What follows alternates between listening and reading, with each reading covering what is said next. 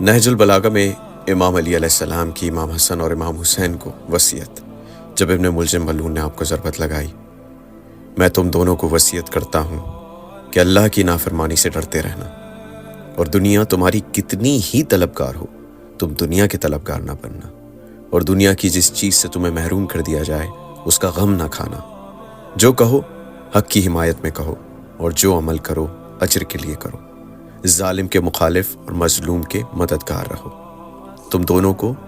اپنی تمام اولاد کو، اپنے کنبے کو، اور جسے بھی میری یہ تحریر پہنچے، میری وصیت ہے کہ اللہ کی نافرمانی سے ڈرتے ہوئے اپنے ہر کام میں نظم و ضبط کا خیال رکھنا اور باہمی تعلقات درست رکھنا، کیونکہ میں نے تمہارے نانا صلی اللہ علیہ وآلہ وسلم کو ارشاد فرماتے سنا کہ باہمی کشیدگی کو دور کرنا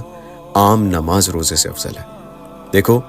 یتیموں کے بارے میں اللہ کو یاد رکھنا، ایسا نہ ہو کہ انہیں ایک دن کھانا ملے اور دوسرے دن نہ ملے، اور ایسا نہ ہونے پائے کہ وہ تمہارے سامنے قسمہ پرسی کی حالت میں ضائع ہو جائیں۔ اور خدا سے ڈرتے ہوئے اپنے پڑوسیوں کے حقوق کا خیال رکھنا، کیونکہ وہ تمہارے نبی صلی اللہ علیہ وآلہ وسلم کی وصیت کے مصداق ہیں۔ آپ برابر ان کے بارے میں تاکید فرماتے رہے،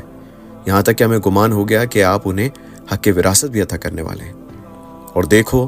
قرآن کے بارے میں خدا کو نہ بھولنا، ایسا نہ ہو کہ اور لوگ اس کے احکام پر عمل کرنے میں تم سے آگے نکل جائیں۔ نماز کے بارے میں اللہ سے ڈرتے رہو، کیونکہ یہ تمہارے دین کا ستون ہے، اور خدا را اپنے پروردگار کے گھر کو جب تک جیتے رہو خالی نہ چھوڑنا، کیونکہ اگر اسے چھوڑ دیا تو اہل بیت کی حیثیت سے تمہارا احترام جاتا رہے گا۔ اور خدا کی راہ میں مال، جان اور زبان سے جہاد کرنے کے بارے میں خدا کو یاد رکھنا، باہمی تعلقات کو استوار رکھنا، اور آپس کے داد و دہش میں فرق نہ آنے دینا، اور خبردار، نہ ایک دوسرے سے منہ پھیرنا، نہ ایک دوسرے سے کٹ کر رہنا، امر بالمعروف اور نہی عن المنکر کو ترک نہ کرنا، ورنہ بد کردار لوگ تم پر مسلط کر دیے جائیں گے، اور پھر دعائیں بھی مانگو گے تو قبول نہ ہوں گی۔ پھر ارشاد فرمایا، اے اولاد عبد المطلب، خبردار، ایسا ہرگز نہ ہونے پائے کہ میرے قتل کا بدلہ لینے کے لیے تم مسلمانوں کے خون سے ہولی کھیلنے لگو اور امیر المومنین مارے گئے کے نعرے لگانے شروع کر دو۔ سنو، میرے قتل کے بدلے میرے قاتل کے سوا کسی کو ہرگز قتل نہ کرنا۔ خیال رکھو، جب قاتل کی ضربت سے میری موت واقع ہو جائے